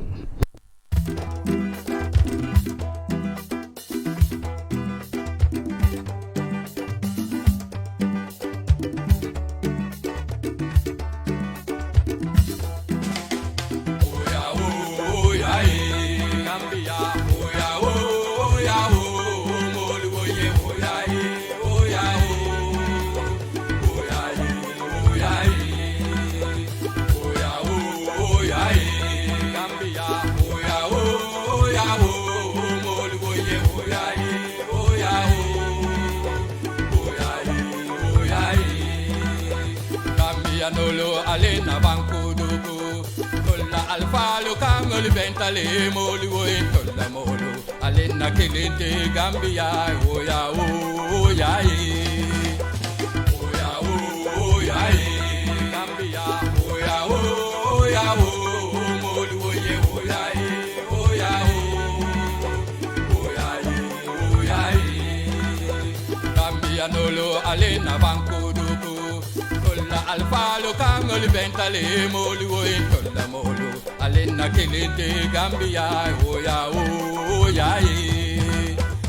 oya oya Gambia oya oya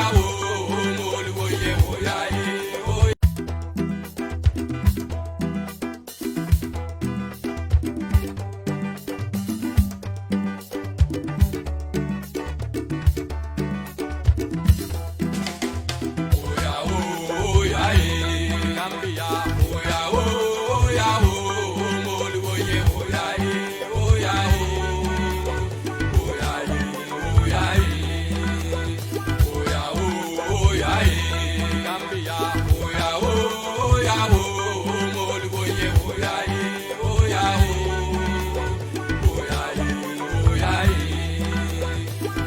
Nolo alena banco dugu Tolla alfalo kangol bentale moli woin tolla molo alena kelente Gambia oya oya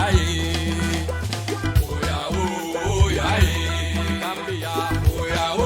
oya moli woye oya oya oya oya Gambia nolo alena banco dugu alfalo kangol bentale moli woin tolla molo alena kelente Gambia oya oya oya oya Gambia oya oya moli woye oya